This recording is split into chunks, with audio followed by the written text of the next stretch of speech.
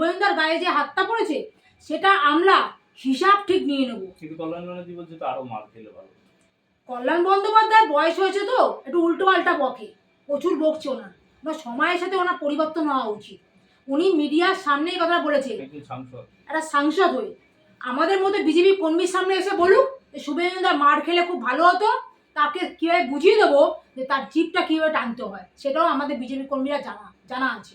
আমরাও জানি যে একটা মার মারলে 10টা মার মালটা দিতে পারি, যার জন্য মমতা ব্যানার্জি ভয়ের চোটে 144 ধারা দিয়ে দিয়েছিল। তা আমরা 144 কেন, যে ধারাই দিক না কেন আমরা ভয় পাবো না। আমাদের শুভেন্দুর গায়ে হাত পড়েছে, দ্বিতীয়বার যেন আমাদের কোনো বিধায়ক কোনো সাংসদ কাউর গায়ে হাত না পড়ে সেই ব্যবস্থা আমরা অবশ্যই নেবো এবং তীব্র আন্দোলন হবে। আর 26-এ মমতা ব্যানার্জি যেন তৈরি থাকুক, আমি আপ টু চ্যালেঞ্জ দিয়ে বলছি, একটা বিজেপি কর্মী হয়ে 26-এ ওনাকে আমাদের মধ্যে বিজেপি কর্মী আমরা চেয়ার থেকে নামিয়ে ছাড়বো। আজকে যদি ঠিক মতো ওনার বয়সে যদি ঠিক মতো উনি বিয়ে করতেন না, আজকে ওনার ছেলে মেয়ে হয়ে যেত।